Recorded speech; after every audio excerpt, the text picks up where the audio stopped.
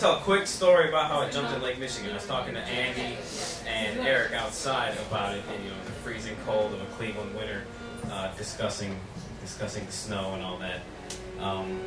So to start January 1st of 2010, I went up to Milwaukee for New Year's Eve, and I decided with my friend Graham, who lives up there, and his wife Katie, that I was going to jump in Lake Michigan. And Graham said, "Oh, I've done that before, let's do it."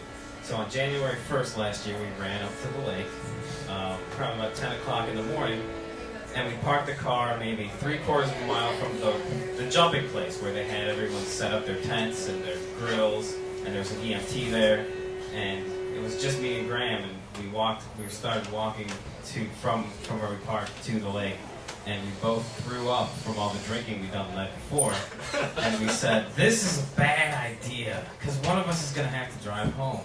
So let's just drive home now without jumping in the lake, and maybe we'll do it later. So that's what we did. Drove home. We had lunch. We drove back to the lake later, a little bit more sober, but still drunk enough to jump in the lake. And that's what we did. Graham and I sat in the car. Katie, who was probably 6 months pregnant at the time, was driving. And but like at 3 o'clock in the afternoon when we finally did it, there was no one up there. There was still an EMT there, which was good, because in case something bad happened, we would have ready access to a hospital.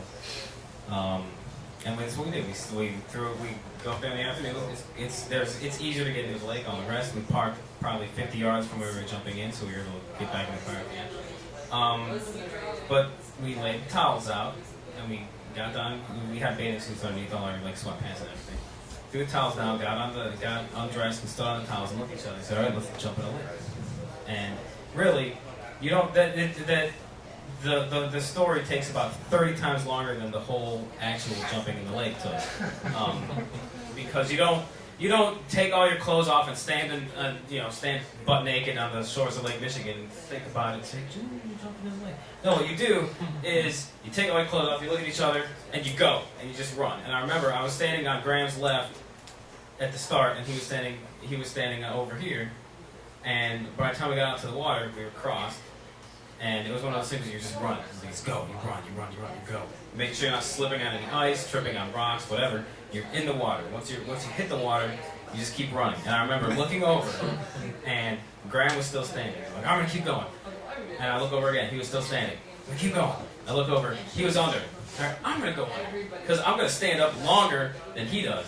Because he's done it before and I haven't. And if I outlast him, then I'm a better first-time lake jumper than he is. Or whatever stupid, still half-drunk, freezing my ass off thoughts I'm thinking at the time.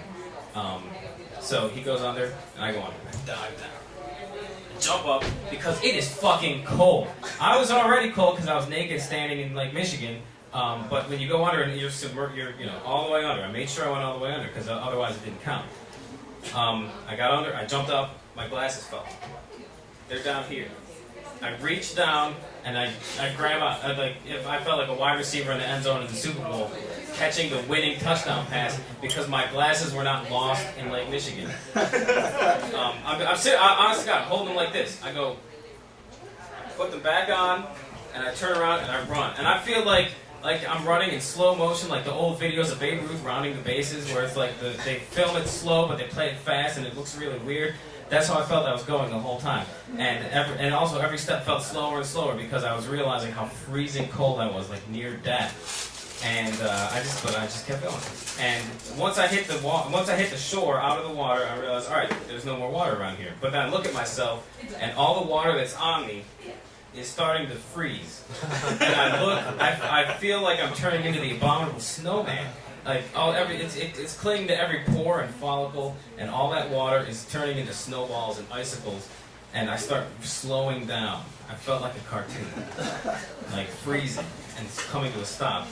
And by the time I get to I still have enough momentum to get back to where my towel is, and I drive myself off, and I'm trying to keep myself alive, and I do that, and I'm alive, and I'm starting to warm up. And then all of a sudden I say, shit, I can't feel my toes. I'm going to run back to the car, still barefoot, still wearing just a towel. But I'm going to run back to the car because it's warm in the car. So that's what I do. I say, guys, I'll see you at the car.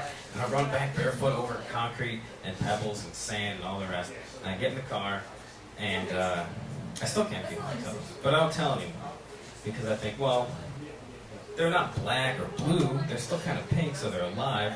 Let's just ride this one out.